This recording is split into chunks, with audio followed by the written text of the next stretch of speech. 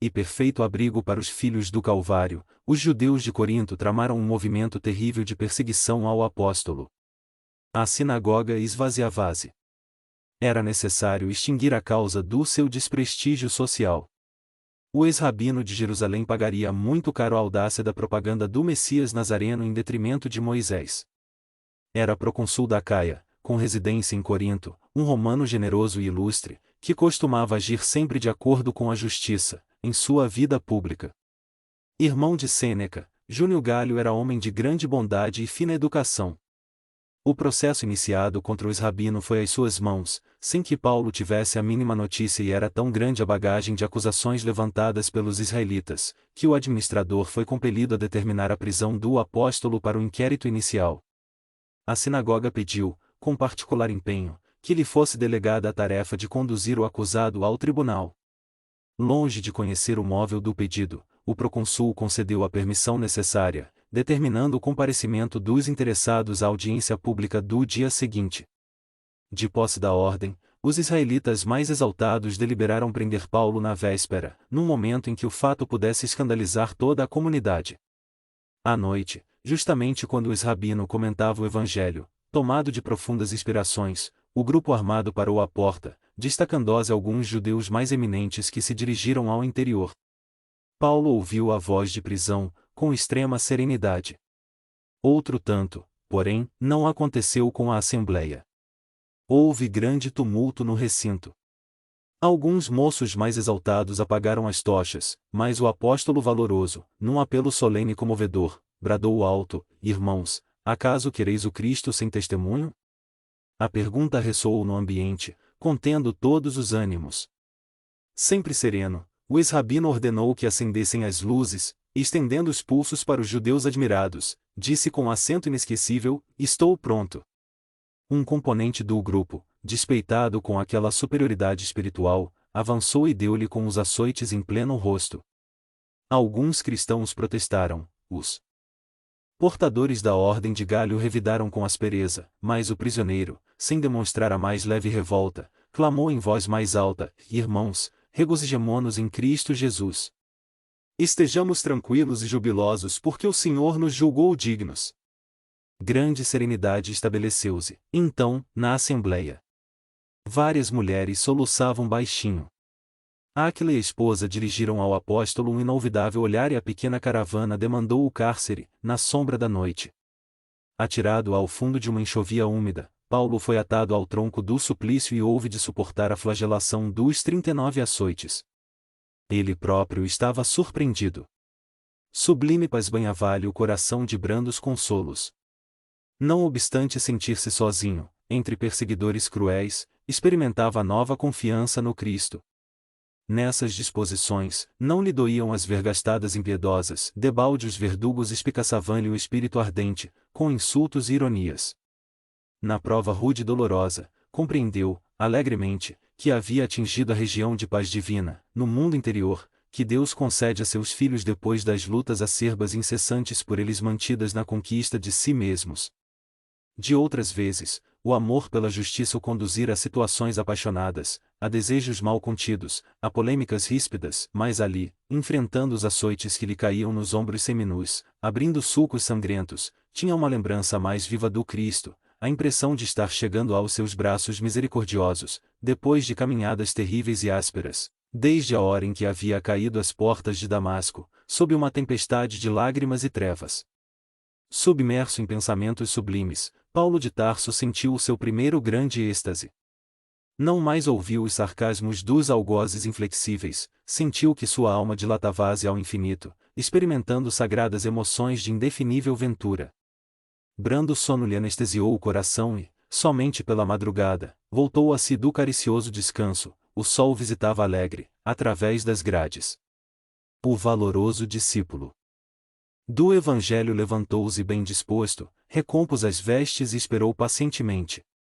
Só depois do meio-dia, 3 soldados desceram ao cárcere das disciplinas judaicas, retirando o prisioneiro para conduzi-lo à presença do procônsul. Paulo compareceu à barra do tribunal, com imensa serenidade. O recinto estava cheio de israelitas exaltados, mas o apóstolo notou que a assembleia se compunha, na maioria, de gregos de fisionomia simpática, muitos deles seus conhecidos pessoais dos trabalhos de assistência da igreja. Júnio Galho, muito cioso do seu cargo, sentou-se sob o olhar ansioso dos espectadores cheios de interesse. O procônsul, de conformidade com a praxe, teria de ouvir as partes em litígio, antes de pronunciar qualquer julgamento, apesar das queixas e acusações exaradas em pergaminho. Pelos judeus falaria um dos maiores da sinagoga, de nome Sóstenes, mas, como não aparecesse o representante da igreja de Corinto para a defesa do apóstolo, a autoridade reclamou o cumprimento da medida sem perda de tempo. Paulo de Tarso, muito surpreendido, rogava intimamente a Jesus fosse o patrono de sua causa, quando se destacou um homem que se prontificava a depor em nome da igreja. Era Tito Justo, o romano generoso, que não desprezava o ensejo do testemunho. Verificou-se, então, um fato inesperado. Os gregos da Assembleia prorromperam em frenéticos aplausos. Júnio Galho determinou que os acusadores iniciassem as declarações públicas necessárias. Sóstenes entrou a falar com grande aprovação dos judeus presentes. Acusava Paulo de blasfemo, desertor da lei, feiticeiro. Referiu-se ao seu passado, acrimoniosamente. Contou que os próprios parentes o haviam abandonado. O procônsul ouvia atento, mas não deixou de manter uma atitude curiosa. Com o indicador da direita comprimia um ouvido, sem atender à estupefação geral. O maioral da sinagoga, no entanto, desconcertava-se com aquele gesto. Terminando o libelo apaixonado quanto injusto, Sóstenes interrogou o administrador da Caia, relativamente à sua atitude, que exigia um esclarecimento, a fim de não ser tomada por desconsideração. Galho, porém, muito calmo, respondeu fazendo humorismo: suponho não estar aqui para dar satisfação de meus atos pessoais e sim para atender aos imperativos da justiça. Mas, em obediência ao código da fraternidade humana, declaro que, a meu ver, todo administrador ou juiz em causa alheia deverá reservar um ouvido para a acusação e outro para a defesa. Enquanto os judeus franziam o sobrecenho extremamente confundidos, os coríntios riam gostamente. O próprio Paulo achou muita graça na confissão do procônsul, sem poder disfarçar o sorriso bom que lhe iluminou repentinamente a fisionomia. Passado o incidente humorístico, Tito Justo aproximou-se e falou sucintamente da missão do apóstolo. Suas palavras obedeciam a largo sopro de inspiração e beleza espiritual. Júnio Galho, ouvindo a história do convertido de Damasco, dos lábios de um compatrício, mostrou-se muito impressionado e comovido. De quando em vez, os gregos prorrompiam em exclamações de aplauso e contentamento. Os israelitas compreenderam que perdiam terreno de momento a momento. Ao fim dos trabalhos, o chefe político da Caia tomou a palavra para concluir que não via crime algum no discípulo do Evangelho, que os judeus deviam, antes de qualquer acusação injusta, examinar a obra generosa da igreja de Corinto, porquanto, na sua opinião, não havia agravo dos princípios israelitas, que a só controvérsia de palavras não justificava violências, concluindo pela frivolidade das acusações e declarando não desejar a função de juiz em assunto daquela natureza. Cada conclusão formulada era ruidosamente aplaudida pelos coríntios. Quando Júnio Galho declarou que Paulo devia considerar-se em plena liberdade, os aplausos atingiram ao delírio. A autoridade recomendou que a retirada se fizesse em ordem, mas os gregos aguardaram a descida de Sóstenes, e quando surgiu a figura solene do mestre atacaram sem piedade. Estabelecido enorme tumulto na escada longa que separava o tribunal da via pública, Tito Justo acercou-se aflito do procônsul e pediu que interviesse. Galho, entretanto, continuando a preparar-se para regressar à casa, dirigiu a Paulo um olhar de simpatia e acrescentou, calmamente: não nos preocupemos. Os judeus estão muito habituados a esses tumultos. Se eu, como juiz, resguardei um ouvido, parece-me que Sóstenes deveria resguardar o corpo inteiro, na qualidade de acusador. E demandou o interior do edifício em atitude impassível. Foi então que Paulo, surgindo no topo da escada, bradou: irmãos, apaziguai-vos por amor ao Cristo. A exortação caiu em cheio sobre a turba numerosa e tumultuária. O efeito foi imediato. Cessaram os rumores e os impropérios. Os últimos contendores paralisaram os braços inquietos. O convertido de Damasco acorreu pressuroso em socorrer Sóstenes, cujo rosto sangrava. O acusador implacável do dia foi conduzido à sua residência pelos cristãos de Corinto, por atenderem aos apelos de Paulo, com extremos cuidados. Grandemente despeitados com o insucesso, os israelitas da cidade maquinaram novas investidas, mas o apóstolo, reunindo a comunidade do Evangelho, declarou que desejava partir para a Ásia, a fim de atender a insistentes chamados de João 17, na fundação definitiva da igreja de Éfeso. Os coríntios protestaram amistosamente, procurando retê-lo, mas o ex-rabino expôs com firmeza a conveniência da viagem, contando regressar muito breve. Todos os cooperadores da igreja estavam desolados. Principalmente Febe, notável colaboradora do seu esforço apostólico em Corinto, não conseguia ocultar as lágrimas do coração. O devotado discípulo de Jesus fez ver que a igreja estava fundada, solicitando apenas a continuidade de atenção e carinho dos companheiros. Não seria justo, a seu ver, enfrentar novamente a ira dos israelitas, parecendo-lhe razoável esperar o concurso do tempo para as realizações necessárias. Dentro de um mês, partiu em demanda de Éfeso, levando consigo Áquila e a esposa, que se dispuseram a acompanhá-lo. Despedindo-se da cidade, teve o pensamento voltado para o pretérito, para as esperanças de ventura terrestre que os anos haviam absorvido. Visitou os sítios onde Abigail e o irmão haviam brincado na infância, saturou-se de recordações suaves e inesquecíveis, e no porto de Cencreia, lembrando a partida da noiva bemamada, rapou a cabeça, renovando os votos de fidelidade eterna, consoante os costumes populares da época. Depois de viagem difícil, repleta de incidentes penosos, Paulo e os companheiros chegaram ao ponto destinado. A igreja de Éfeso enfrentava problemas torturantes. João lutava seriamente para que o esforço evangélico não degenerasse em polêmicas estéreis. Mas os tecelões chegados de Corinto deram-lhe mão forte na cooperação imprescindível. Em meio das acaloradas discussões que houve de manter com os judeus, na sinagoga, o ex-rabino não olvidou certas realizações sentimentais que almejava desde muito. Com delicadeza extrema, visitou a mãe de Jesus na sua casinha singela, que dava para o mar. Impressionou-se fortemente com a humildade daquela criatura simples e amorosa, que mais se assemelhava a um anjo vestido de mulher. Paulo de Tarso interessou-se pelas suas narrativas caridosas, a respeito da noite do nascimento do Mestre, gravou no íntimo suas divinas impressões e prometeu voltar na primeira oportunidade, a fim de recolher os dados indispensáveis ao Evangelho que pretendia escrever para os cristãos do futuro. Maria colocou-se à sua disposição, com grande alegria. O apóstolo, entretanto, depois de cooperar algum tempo na consolidação da igreja, considerando que Áquila e Prisca se encontravam bem instalados e satisfeitos, resolveu partir, buscando novos rumos. Debalde os irmãos procuraram dissuadi-lo, rogando ficasse na cidade por mais tempo. Prometendo regressar logo que as circunstâncias permitissem, alegou que precisava ir a Jerusalém, levar a Simão Pedro o fruto da coleta de anos consecutivos nos lugares que percorrera. Filho de Zebedeu, que conhecia o projeto antigo, deu-lhe razão para empreender a viagem sem mais demora. Como já se encontrassem novamente a seu lado, Silas e Timóteo fizeram-lhe companhia nessa nova excursão.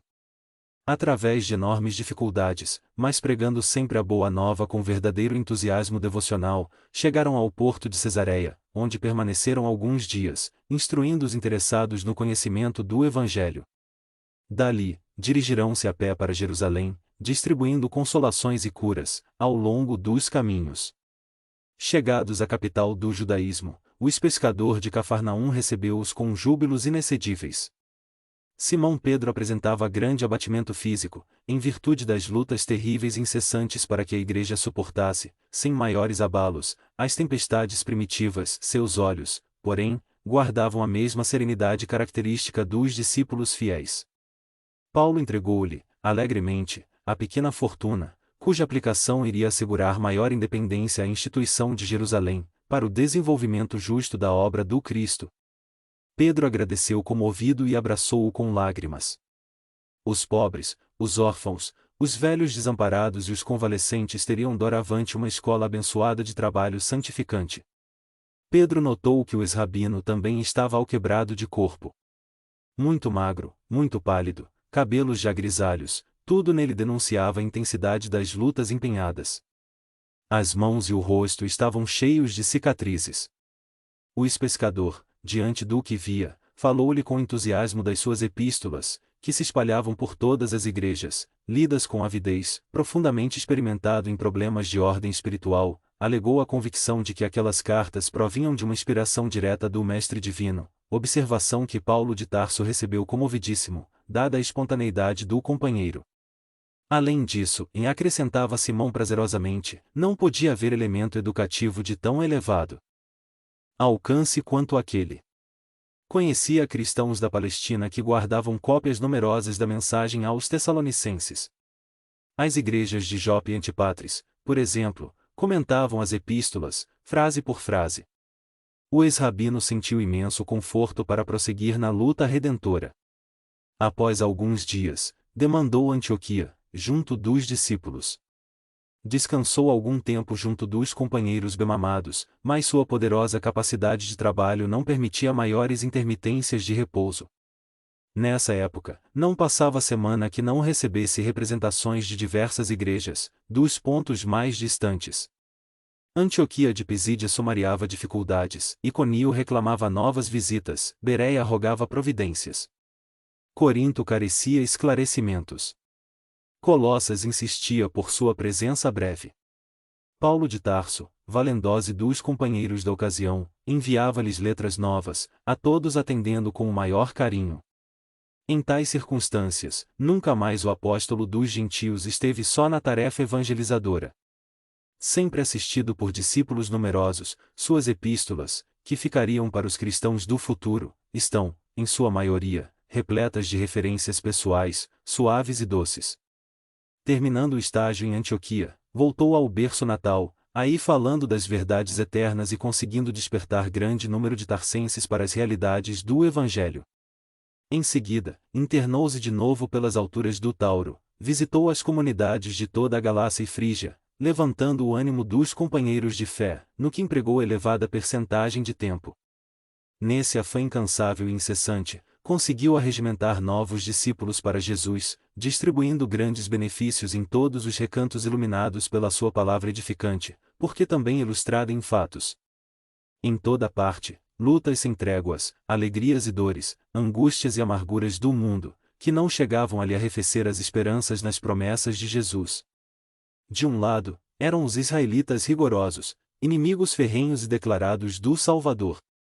Do outro, os cristãos indecisos, vacilando entre as conveniências pessoais e as falsas interpretações, o missionário tarsense, no entanto, conhecendo que o discípulo sincero terá de experimentar as sensações da porta estreita todos os dias, nunca se deixou empolgar pelo desânimo, renovando a cada hora o propósito de tudo suportar, agir, fazer e edificar pelo Evangelho, inteiramente entregue a Jesus Cristo. Vencidas as lutas indefesas, deliberou regressar a Éfeso, interessado na feitura do Evangelho decalcado nas recordações de Maria. Não mais encontrou Áquila e Prisca, retornados a Corinto em companhia de um tal Apolo, que se notabilizara por sua cultura, entre os recém-convertidos. Embora pretendesse apenas manter algumas conversações mais longas com a filha inesquecível de Nazaré, foi compelido a enfrentar a luta séria com os cooperadores de João.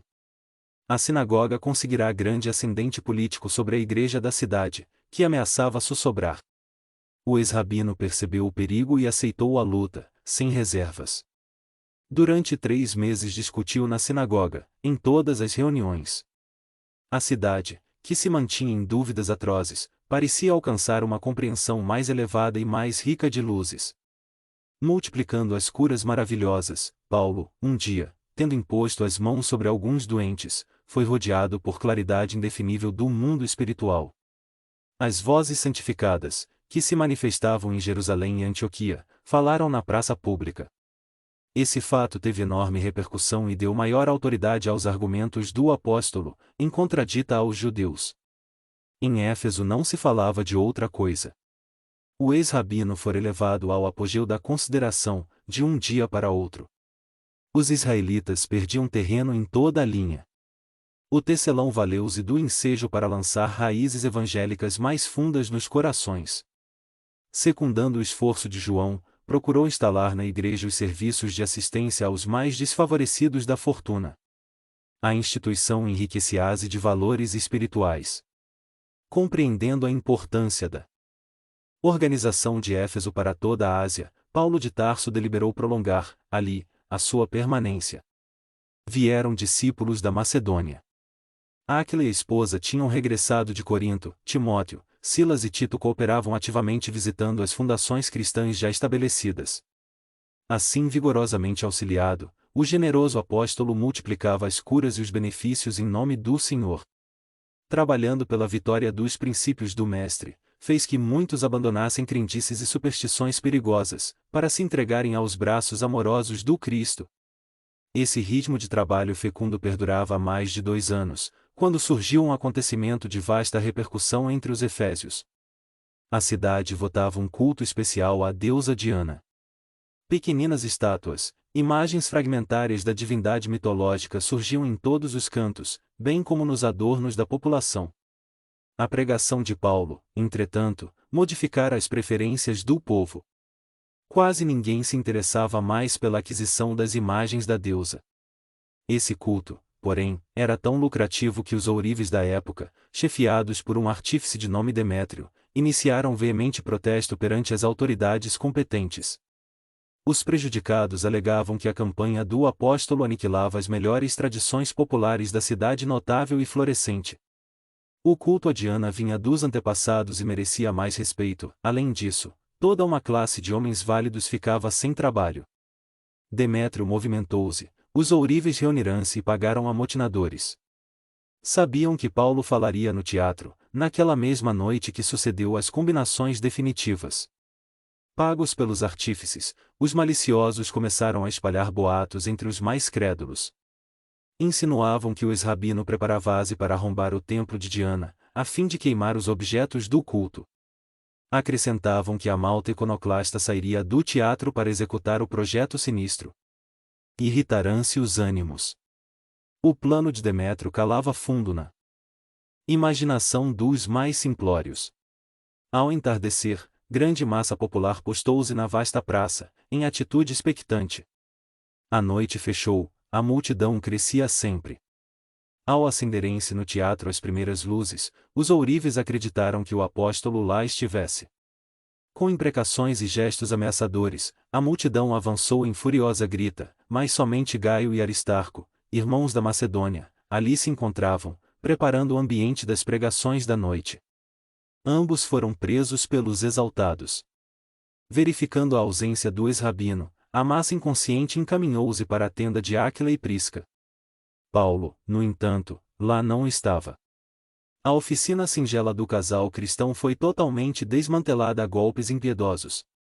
Teares quebrados, peças de couro atiradas à rua, furiosamente. Por fim, o casal foi preso, sob os apupos da turba exacerbada.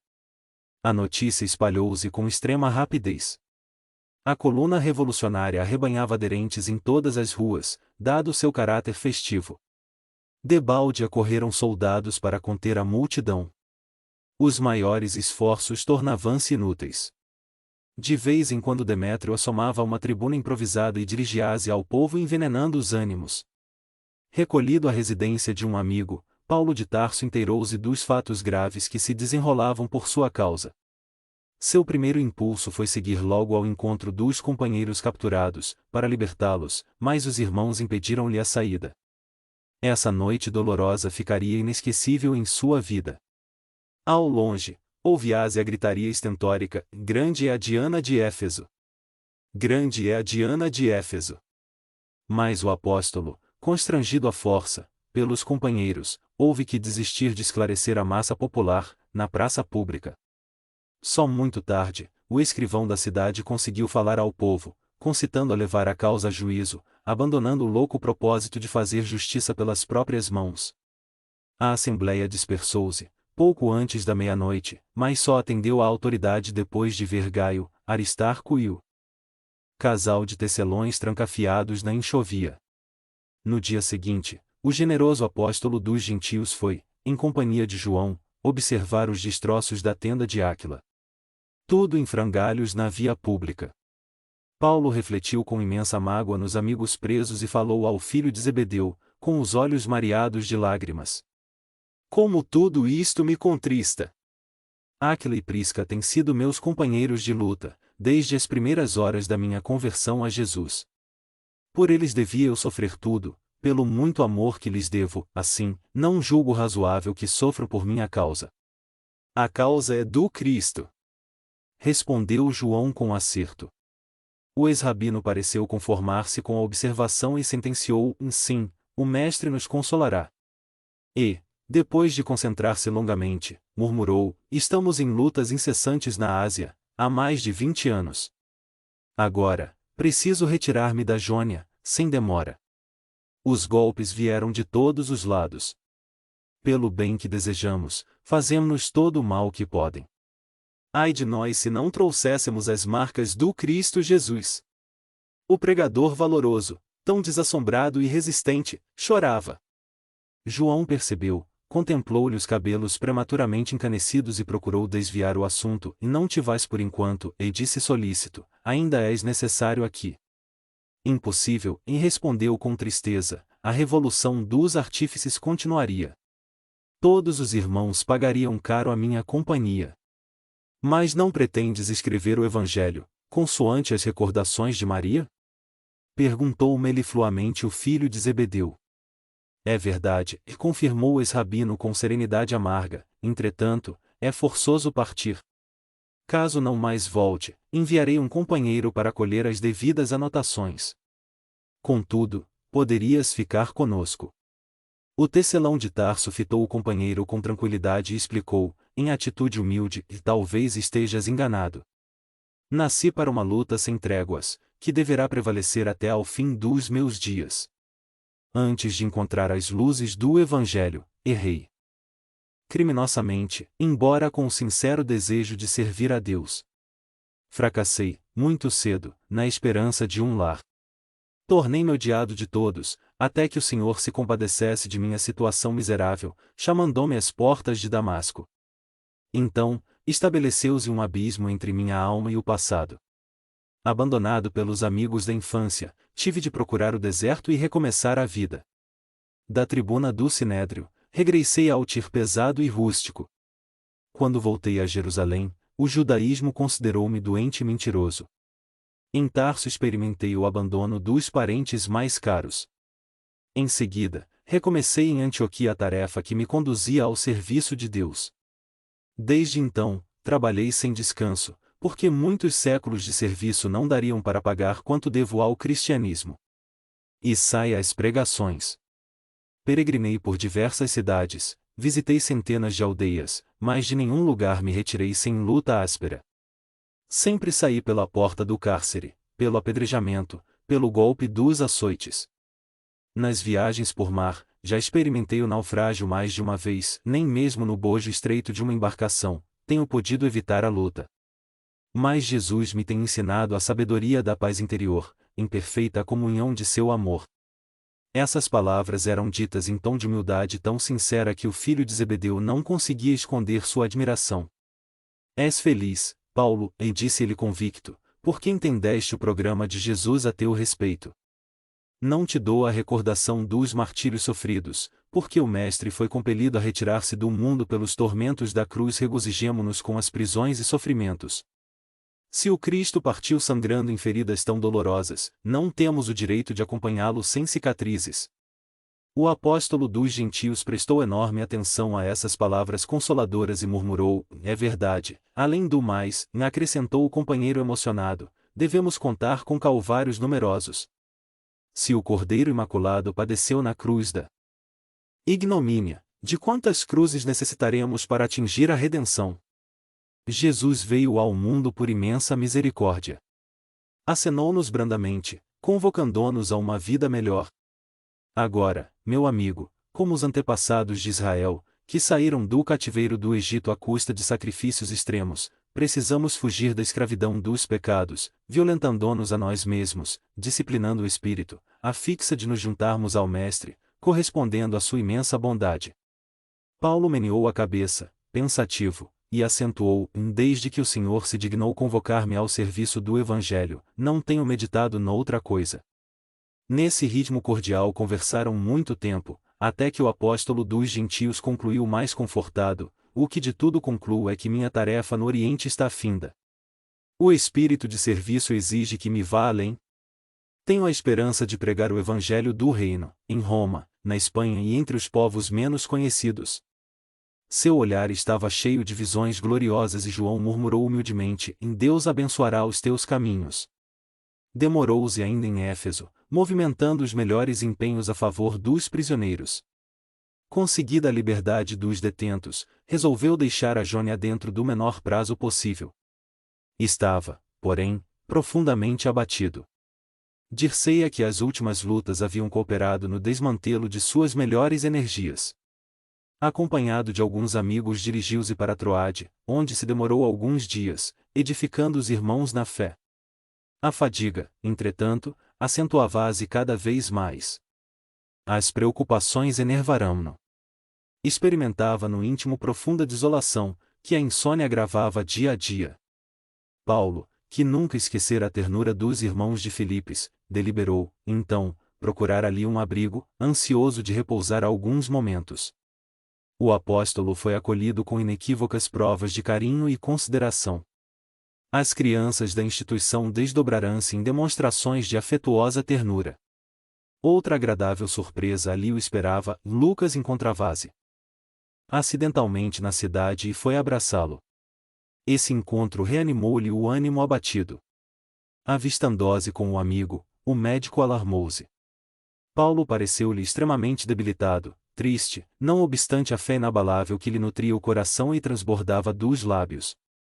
Explicou que estivera doente, que muito sofrerá nas últimas pregações de Éfeso, que estava sozinho em Filipos, depois do regresso de alguns amigos que o haviam acompanhado, que os colaboradores mais fiéis haviam partido para Corinto, onde o aguardavam.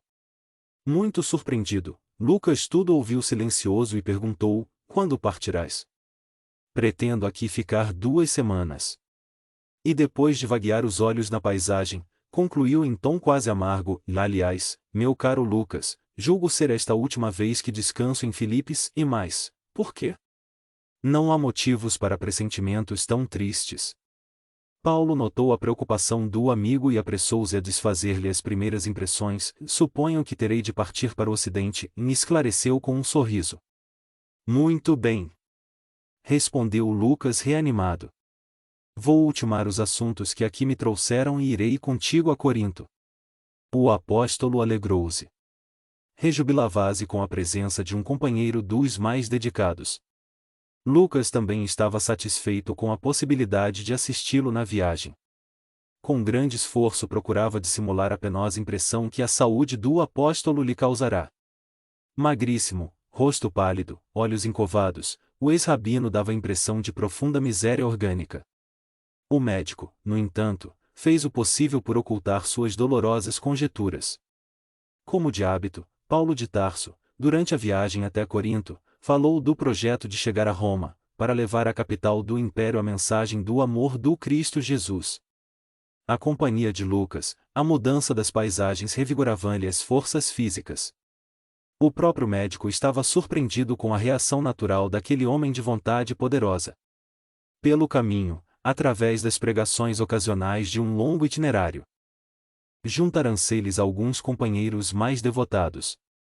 Novamente em Corinto, o ex-rabino ratificou as suas epístolas, reorganizou amorosamente os quadros de serviços da igreja e, no círculo dos mais íntimos, não falava de outra coisa senão do grandioso projeto de visitar Roma, no intuito de auxiliar os cristãos, já existentes na cidade dos Césares, a estabelecerem instituições semelhantes às de Jerusalém, de Antioquia, de Corinto e outros pontos mais importantes do Oriente.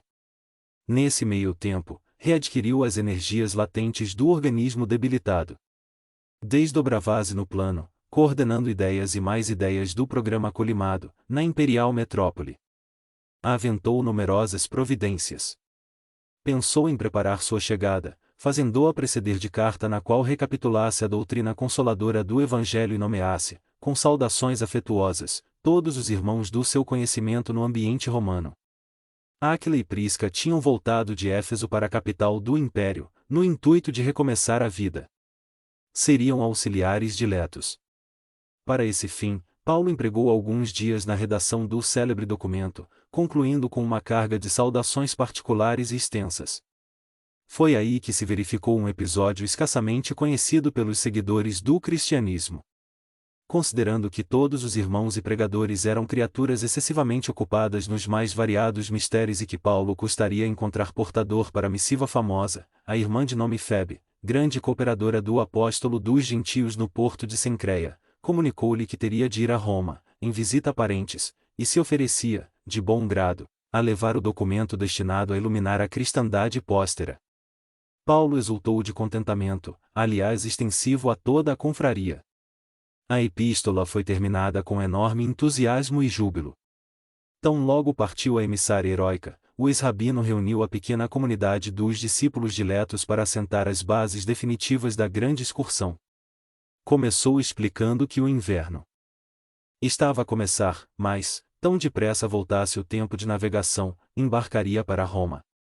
Depois de justificar a excelência do plano, visto já estar implantado o evangelho nas regiões mais importantes do Oriente, pediu aos amigos íntimos lhe dissessem como e até que ponto lhe seria possível secundá-lo. Timóteo alegou que Eunice não podia, no momento, dispensar seus cuidados, dado o falecimento da veneranda Lloyd. Segundo expôs, precisava regressar a Tessalônica e Aristarco secundou-o nesse parecer. Sópatro falou de suas dificuldades em Bereia. Gaio pretendia partir para Derbe no dia seguinte. Tíquico e Trófimo alegaram a necessidade urgente de irem a Éfeso, de onde pretendiam mudar para Antioquia, berço natal de ambos. Quase todos os demais estavam impossibilitados de participar da excursão. Apenas Silas afirmou que poderia fazê-lo, fosse como fosse. Chegada, porém, a vez de Lucas, que se mantivera até então calado, disse ele estar pronto e resolvido a compartilhar dos trabalhos e alegrias da missão de Roma. De toda a assembleia, 2 apenas poderiam acompanhá-lo. Paulo, todavia, mostrou-se conformado e satisfeitíssimo. Bastavam-lhe Silas e Lucas, habituados aos seus métodos de propaganda e com os mais belos títulos de trabalho e dedicação à causa de Jesus. Tudo corria às maravilhas, o plano combinado auspiciava grandes esperanças, quando, no dia imediato, um peregrino, pobre e triste, surgia em Corinto, desembarcado de uma das últimas embarcações chegadas ao Peloponeso para a ancoragem longa do inverno. Vinha de Jerusalém, bateu às portas da igreja e procurou instantemente por Paulo, a fim de entregar-lhe uma carta confidencial. Defrontando o singular mensageiro, o apóstolo surpreendeu-se. Tratava-se do irmão Abdias, a quem Tiago incumbira de entregar a carta ao ex-rabino. Este, tomou-a e desdobrou-a um tanto nervoso.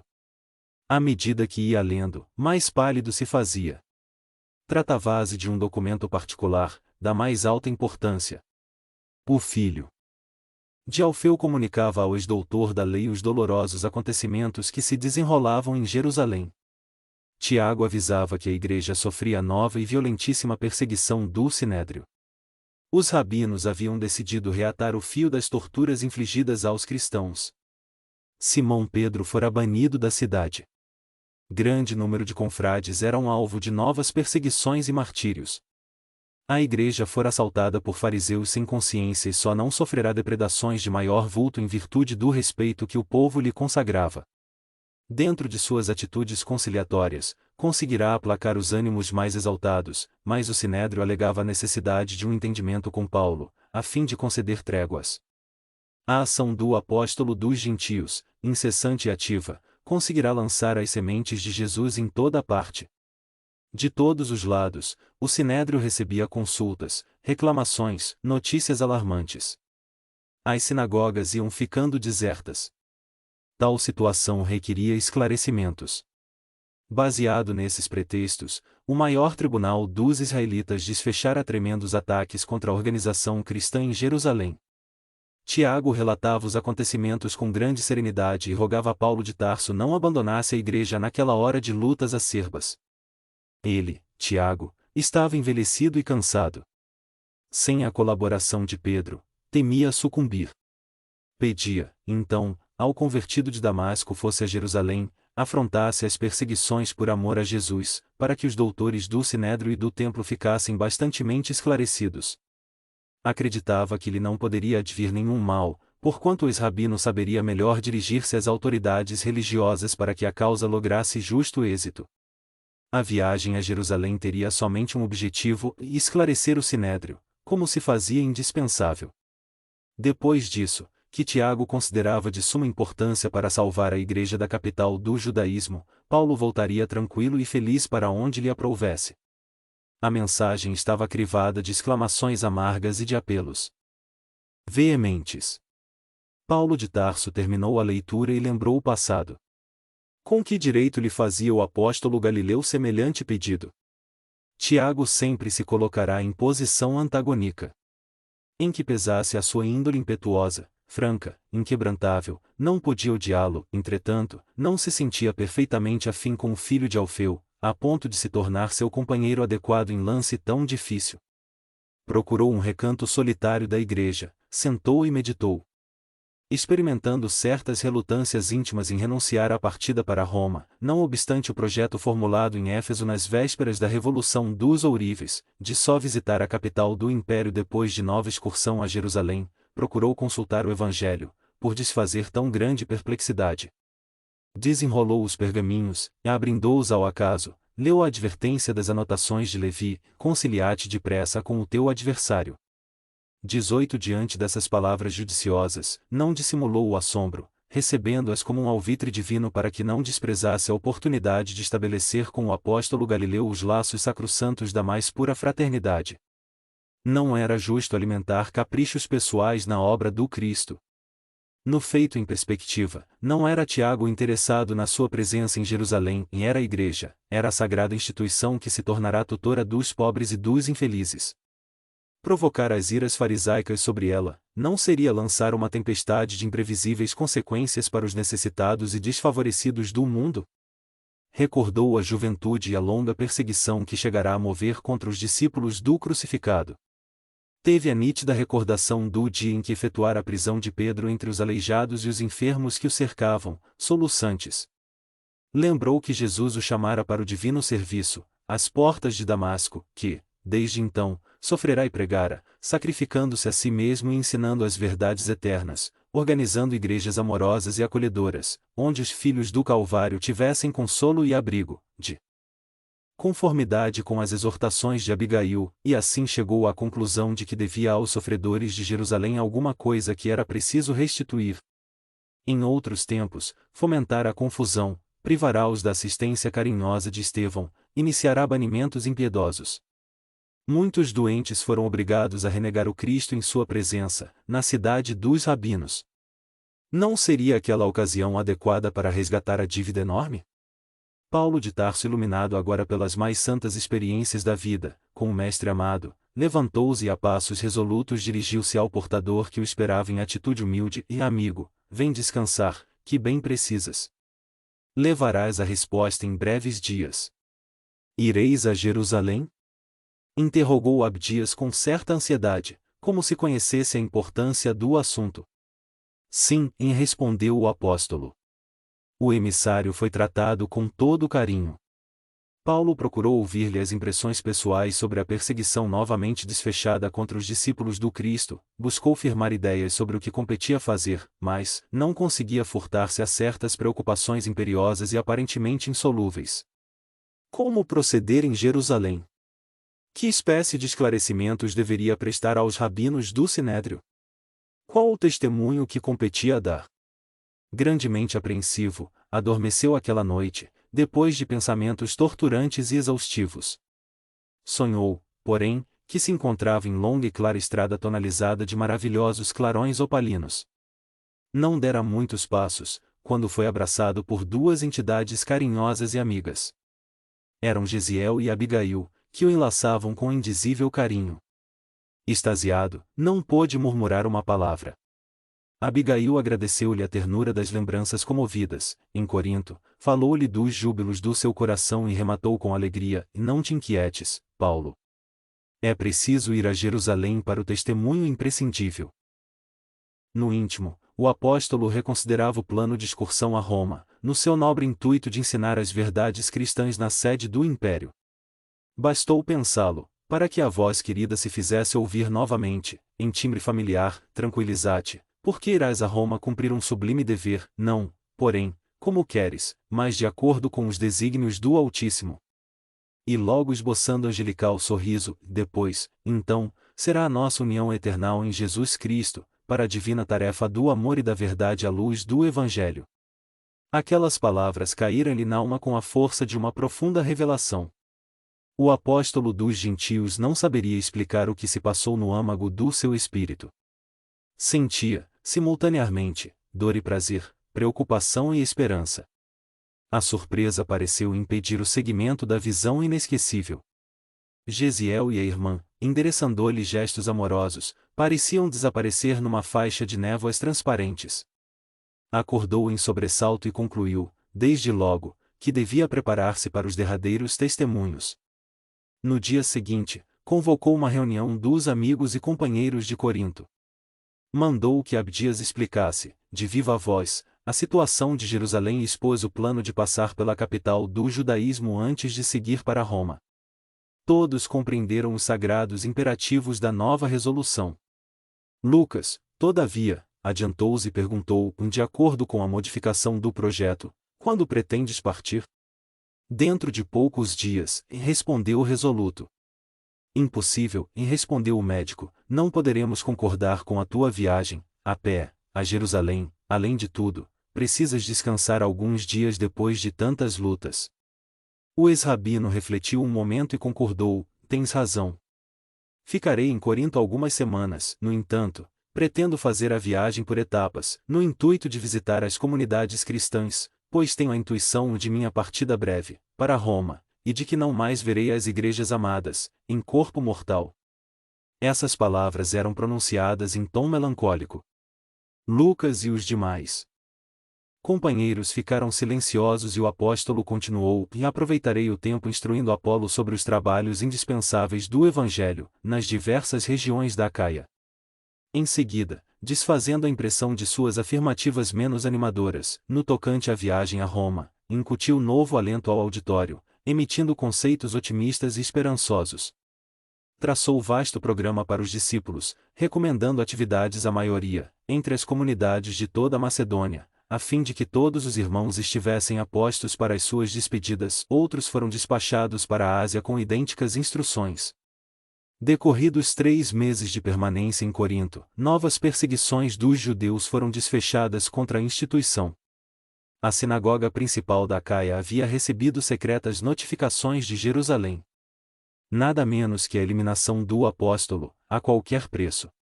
Paulo percebeu a insídia e despediu-se prudentemente dos coríntios, partindo em companhia de Lucas e Silas, a pé, para visitar as igrejas de Macedônia. Por toda a parte pregou a palavra do Evangelho, convencido de que era a última vez que fixava aquelas paisagens. Despedia-se, comovido, dos velhos amigos de outros tempos. Fazia recomendações, no tom de quem ia partir para sempre. Mulheres reconhecidas, anciães e crianças acorriam a beijar-lhe as mãos com enternecimento. Chegando a Filipos, cuja comunidade fraternal lhe falava mais intimamente ao coração, sua palavra suscitou torrentes de lágrimas. A igreja amorosa, que vicejava para Jesus à margem do Gangas, consagrava ao apóstolo dos gentios singular afeição. Lídia e seus numerosos auxiliares, num impulso muito humano, queriam retê-lo em sua companhia, insistiam para que não prosseguisse, receosos das perseguições do farisaísmo. E o apóstolo, sereno e confiante, acentuava: não choreis, irmãos. Convicto estou do que me compete fazer e não devo esperar flores e dias felizes. Cumpre-me aguardar o fim, na paz do Senhor Jesus. A existência humana é de trabalho incessante e os derradeiros sofrimentos são a coroa do testemunho. Eram exortações cheias de esperanças e alegrias, por confortar os mais tímidos e renovar a fé nos corações fracos e sofredores. Dando por terminada a tarefa nas zonas de Filipos, Paulo e os companheiros navegaram com destino a Troade. Nesta cidade, o apóstolo fez, com inexcedível êxito, a derradeira pregação na 7ª noite de sua chegada, verificando-se o célebre incidente com o jovem Éltico, que caiu de uma janela do 3º andar do prédio em que se realizavam as práticas evangélicas, sendo imediatamente socorrido pelo ex-rabino, que o colheu semi-morto e devolveu-lhe a vida em nome de Jesus. Em Troade, outros confrades se reuniram à pequena caravana. Atentos à recomendação de Paulo, partiram com Lucas e Silas para Assos, a fim de contratar a preço módico algum velho barco de pescadores, porquanto o apóstolo preferia viajar desse modo entre as ilhas e portos numerosos, para despedir-se dos amigos e irmãos que por ali mourejavam. Assim aconteceu, e, enquanto os colaboradores tomavam embarcação confortável, o ex-rabino palmilhou mais de 20 quilômetros de estrada, só pelo prazer de abraçar os continuadores humildes da sua grandiosa faina apostólica. Adquirindo em seguida um barco muito ordinário, Paulo e os discípulos prosseguiram a viagem para Jerusalém, distribuindo consolações e socorros espirituais às comunidades humildes e obscuras. Em todas as praias eram gestos comovedores, adeuses amargurosos. Em Éfeso, porém, a cena foi muito mais triste, porque o apóstolo solicitara o comparecimento dos anciãos e dos amigos, para falar-lhes particularmente ao coração. Não desejava desembarcar, no intuito de prevenir novos conflitos que lhe retardassem a marcha, mas, em testemunho de amor e reconhecimento, a comunidade em peso lhe foi ao encontro, sensibilizando-lhe a alma afetuosa. A própria Maria, avançada em anos, acorrera de longe em companhia de João e outros discípulos, para levar uma palavra de amor ao paladino intimorato do evangelho de seu filho. Os anciães receberam-o com ardorosas demonstrações de amizade, as crianças ofereciam-lhe merendas e flores. Extremamente comovido, Paulo de Tarso prelecionou em despedida e, quando afirmou o pressentimento de que não mais ali voltaria em corpo mortal, houve grandes explosões de amargura entre os efésios. Como que tocados pela grandeza espiritual daquele momento, quase todos se ajoelharam no tapete branco da praia e pediram a Deus protegesse o devotado batalhador do Cristo. Recebendo tão belas manifestações de carinho, o ex-rabino abraçou, um por um, de olhos molhados. A maioria atirava-se-lhe nos braços amorosos, soluçando, beijando-lhe as mãos calosas e rudes. Abraçando, por último, a Mãe Santíssima, Paulo tomou-lhe a destra nela depois um beijo de ternura filial. A viagem continuou com as mesmas características. Rhodes, Pátara, Tiro, Tolemaida e, finalmente, Cesareia. Nesta cidade, hospedaram-se em casa de Filipe, que ali fixara residência desde muito tempo. O velho companheiro de lutas informou Paulo dos fatos mínimos de Jerusalém, onde muito esperavam do seu esforço pessoal para a continuação da igreja. Muito velhinho, o generoso Galileu falou da paisagem espiritual da cidade dos rabinos, sem disfarçar os receios que a situação lhe causava. Não somente isso constrangeu os missionários. Agabo, já conhecido de Paulo em Antioquia, viera da Judéia e, em transe mediúnico na primeira reunião íntima em casa de Filipe, formulou os mais dolorosos vaticínios. As perspectivas eram tão sombrias que o próprio Lucas chorou. Os amigos rogaram a Paulo de Tarso que não partisse. Seria preferível a liberdade e a vida a benefício da causa. Ele, porém, sempre disposto e resoluto, referiu-se ao Evangelho, comentou a passagem em que o mestre profetizava os martírios que o aguardavam na cruz e concluía arrebatadamente: por que chorarmos magoando o coração? Os seguidores do Cristo devem estar prontos para tudo. Por mim, estou disposto a dar testemunho, ainda que tenha de morrer em Jerusalém pelo nome do Senhor Jesus. A impressão dos vaticínios de Agabo ainda não havia desaparecido, quando a casa de Filipe recebeu nova surpresa, no dia imediato. Os cristãos de Cesareia levaram à presença do ex-rabino um emissário de Tiago, de nome Mnason. O apóstolo Galileu soubera da chegada do convertido de Damasco ao porto palestinense Deraz e pressa em se comunicar com ele, mediante um portador devotado à causa comum. Mnason explicou ao ex-rabino o motivo de sua presença, advertindo dos perigos que arrostaria em Jerusalém, onde o ódio sectarista esfervilhava e atingia as mais atrozes perseguições. Dadas a exaltação e a vigilância do judaísmo, Paulo não deveria procurar imediatamente a igreja, mas hospedar-se em casa dele, mensageiro, onde Tiago iria falar-lhe em particular e assim resolverem o que melhor conviesse aos sagrados interesses do cristianismo. Isto posto, o apóstolo dos gentios seria recebido na instituição de Jerusalém, para discutir com os atuais diretores os destinos da casa.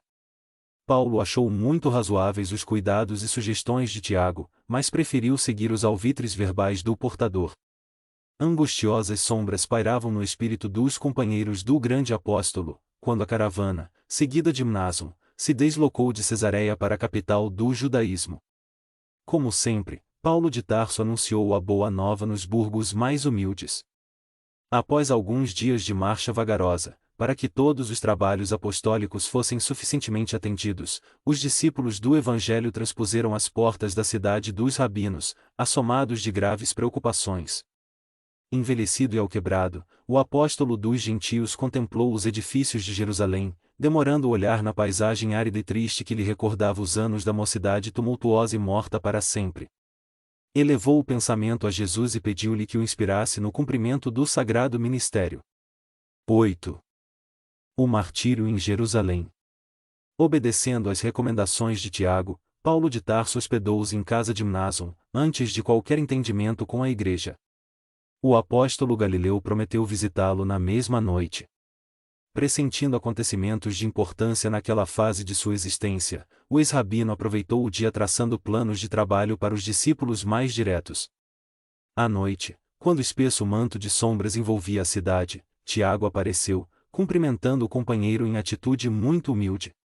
Também ele estava envelhecido, exausto, doente.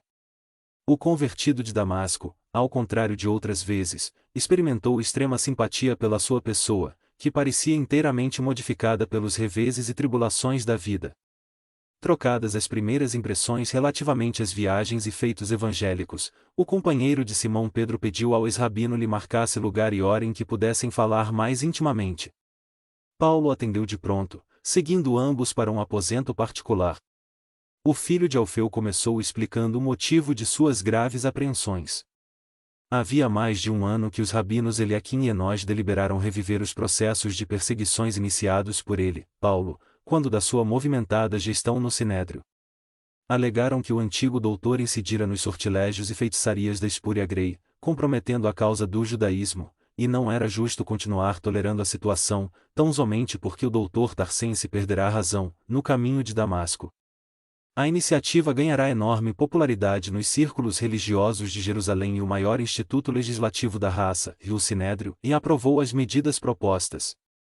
Reconhecendo que a obra evangelizadora de Paulo produzia maravilhosos frutos de esperança em toda a parte, conforme as notícias incessantes, de todas as sinagogas das regiões por ele percorridas, o grande tribunal começou por decretar a prisão do apóstolo dos gentios. Numerosos processos de perseguição individual, deixados a meio por Paulo de Tarso, quando de sua inesperada conversão, foram restaurados, e o que era mais grave, quando falecidos os réus, era a pena aplicada aos descendentes, que, assim, eram torturados, humilhados, desonrados. O ex-rabino tudo ouvia calado, estupefato. Tiago prosseguia, esclarecendo que tudo fizera por atenuar os rigores da situação. Mobilizar influências políticas ao seu alcance, conseguindo atenuar umas tantas sentenças mais iníquas. Não obstante o banimento de Pedro, procurou manter os serviços de assistência aos desvalidos, bem como a colônia de serviço, fundada por inspiração do convertido de Damasco e na qual os convalescentes e desamparados encontravam precioso ambiente de atividade remunerada e pacífica. Depois de vários entendimentos com o Sinédrio, por intermédio de amigos influentes no judaísmo, teve a satisfação de abrandar o rigor das exigências a serem aplicadas no caso dele, Paulo. O ex-doutor de Tarso ficaria com liberdade de agir, poderia continuar propugnando suas convicções íntimas, daria, porém, uma satisfação pública aos preconceitos de raça, atendendo aos quesitos que o Sinédrio lhe apresentaria por intermédio de Tiago, que se mostrava seu amigo. O companheiro de Simão Pedro explicava que as exigências eram muito rigorosas a princípio, mas agora, mercê de enormes esforços, cingia-se a uma obrigação de somenos. Paulo de Tarso escutava-o extremamente sensibilizado. Dono de luminoso cabedal evangélico, entendia chegado o momento de testemunhar seu devotamento ao Mestre, justamente através do mesmo órgão de perseguição que a sua ignorância engendrara em outros tempos. Naqueles minutos rápidos, sutilizou a mnemônica e lobrigou os quadros terríveis de outrora. Velhos torturados em sua presença, para sentir o prazer da apostasia cristã, com a repetição do voto de fidelidade eterna a Moisés, mães de família arrancadas de seus lares obscuros, obrigadas a jurar pela antiga lei, que renegavam o carpinteiro de Nazaré, abominando a cruz do seu martírio e ignomínia. Os soluços daquelas mulheres humildes, que abjuravam da fé. Porque se viam feridas no que possuíam de mais nobre, o instinto maternal, chegavam, agora, a seus ouvidos como brados de angústia, clamando resgates dolorosos. Todas as cenas antigas desdobravam-se-lhe na retina espiritual, sem omissão do mais insignificante pormenor. Moços robustos, arrimos de famílias numerosas, que saíam mutilados do cárcere, jovens que pediam vingança, crianças que reclamavam os pais encarcerados. Intestando as revocações encapeladas, passou ao quadro da morte horrível de Estevão com as pedradas e insultos do povo, reviu Pedro e João abatidos e humildes, à barra do tribunal, como se fossem malfeitores e criminosos. Agora, ali estava ele perante o filho de Alfeu, que nunca o compreenderá de forma integral, a falar-lhe em nome do passado e em nome do Cristo, como a concitá-lo ao resgate de suas derradeiras dívidas angustiosas. Paulo de Tarso sentiu que uma lágrima lhe apontava nos olhos, sem chegar a cair. Que espécie de tortura lhe estaria reservada? Quais as determinações da autoridade religiosa que Tiago se referia com evidente interesse? Quando o companheiro de Simão fez uma pausa mais longa, o ex-rabino perguntou muito comovido: que pretendem eles de mim? O filho de Alfeu fixou nele os olhos serenos e explicou: depois de muito relutarem, os israelitas congregados em nossa igreja vão pedir-te, apenas, que pagues as despesas de 4 homens pobres, que fizeram voto de Nazireu, comparecendo com eles no templo, durante 7 dias consecutivos, para que todo o povo possa ver que continuas bom judeu e leal filho de Abraão. À primeira vista, a demonstração poderá parecer pueril, entretanto, colima, como vês, satisfazer a vaidade farisaica. O ex-rabino fez um gesto muito seu, quando contrariado, e replicou: pensei que o sinédrio ia exigir minha morte. Tiago compreendeu quanto de repugnância transbordava de semelhante observação e objetou: bem sei que isso te repugna e, contudo, insisto para que acedas, não por nós, propriamente, mas pela igreja e pelos que de futuro nos hajam de secundar. Isso, e obtemperou Paulo, com enorme desencanto, e não representa nobreza alguma. Essa exigência é uma ironia profunda e visa reduzir-nos a crianças, de tão fútil que é. Não é perseguição, é humilhação, é o desejo de exibir homens conscientes como se fossem meninos volúveis e ignorantes. Tiago, porém, tomando uma atitude carinhosa que o ex-rabino jamais lhe surpreendera em qualquer circunstâncias da vida, falou com extrema ternura fraternal, revelando-se ao companheiro surpreendido, por outro prisma: e sim, Paulo, compreendo tua justa aversão. O sinédrio, com isso, pretende achincalhar nossas convicções. Sei que a tortura na praça pública te doeria menos, entretanto, supões que isso não represente, para mim, uma dor de muitos anos? Acreditarias, acaso, que minhas atitudes nascessem de um fanatismo inconsciente e criminoso? Compreendi, muito cedo, desde a primeira perseguição, que a tarefa de harmonização da Igreja, com os judeus, estava mais particularmente em minhas mãos. Como sabes, o farisaísmo sempre viveu numa exuberante ostentação de hipocrisia, mas, convenhamos, também, que é o partido dominante, tradicional, das nossas autoridades religiosas. Desde o primeiro dia, tenho sido obrigado a caminhar com os fariseus muitas milhas para conseguir alguma coisa na manutenção da Igreja do Cristo. Fingimento? Não julgues tal. Muitas vezes o Mestre nos ensinou, na Galileia, que o melhor testemunho está em morrer devagarinho, diariamente, pela vitória da sua causa. Por isso mesmo, afiançava que Deus não deseja a morte do pecador, porque é na extinção de nossos caprichos de cada dia que encontramos a escada luminosa para ascender ao seu infinito amor. A atenção que tenho dedicado aos judeus é gêmea do carinho que consagras aos gentios. A cada um de nós confiou Jesus uma tarefa diferente na forma, mas idêntica no fundo. Se muitas vezes tenho provocado falsas interpretações das minhas atitudes, tudo isso é mágoa para meu espírito habituado à simplicidade do ambiente galileu. De que nos valeria o conflito destruidor, quando temos grandiosos deveres a cuidar? Importa-nos saber morrer, para que nossas ideias se transmitam e floresçam nos outros. As lutas pessoais, ao contrário, estiolam as melhores esperanças. Criar separações e proclamar seus prejuízos, dentro da Igreja do Cristo, não seria exterminarmos a planta sagrada do Evangelho por nossas próprias mãos? A palavra de Tiago toava imantada de bondade e sabedoria e valia por consoladora revelação. Os galileus eram muito mais sábios que qualquer dos rabinos mais cultos de Jerusalém.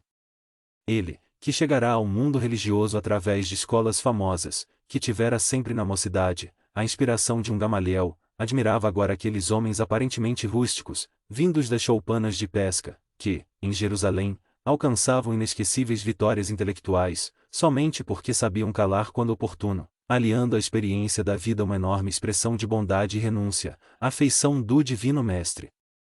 O convertido de Damasco entreviu o filho de Alfeu por um novo prisma. Seus cabelos grisalhos, o rugoso e macilento rosto, falavam de trabalhos árduos e incessantes.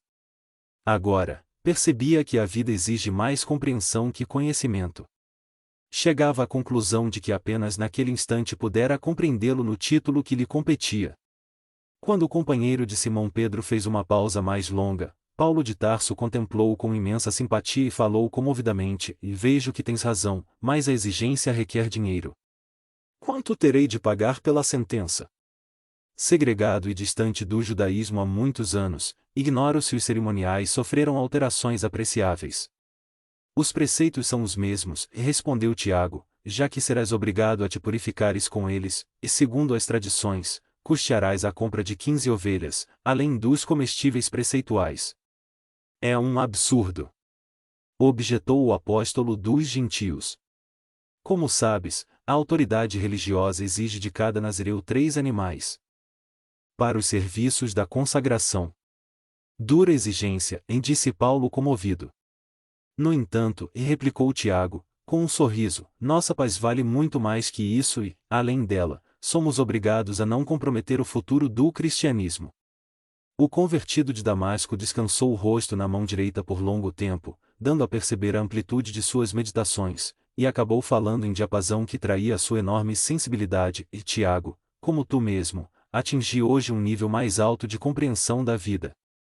Entendo melhor os teus argumentos. A existência humana é bem uma ascensão das trevas para a luz. A juventude, a presunção de autoridade, a centralização de nossa esfera pessoal, acarretam muitas ilusões, laivando de sombras as coisas mais santas. Assistei-me o dever de curvar-me às exigências do judaísmo, consequentes de uma perseguição por mim próprio iniciada em outros tempos. Deteve-se, evidenciando dificuldade para confessar-se plenamente. Mas tomando uma atitude mais humilde, como quem não encontra outro recurso, prosseguiu quase tímido: "E nas minhas lutas, nunca me presumi vítima, considerando-me sempre como antagonista do mal. Só Jesus, em sua pureza e amor imaculados, podia alegar a condição de anjo vitimado por nossa maldade sombria. Quanto a mim, por mais que me apedrejassem e ferissem, sempre julguei que era muito pouco em relação ao que me competia sofrer nos justos testemunhos. Agora, porém, Tiago, estou preocupado com um pequenino obstáculo.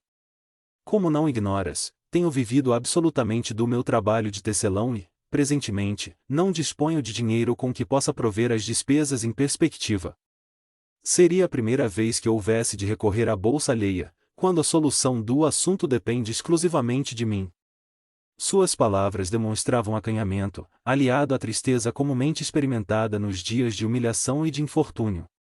Ante aquela expressão de renúncia, Tiago, num movimento de grande espontaneidade, tomou-lhe a mão e beijou-a murmurando: "E não te aflijas, sabemos em Jerusalém da extensão de teus esforços pessoais e não seria razoável que a igreja se desinteressasse dessas imposições que,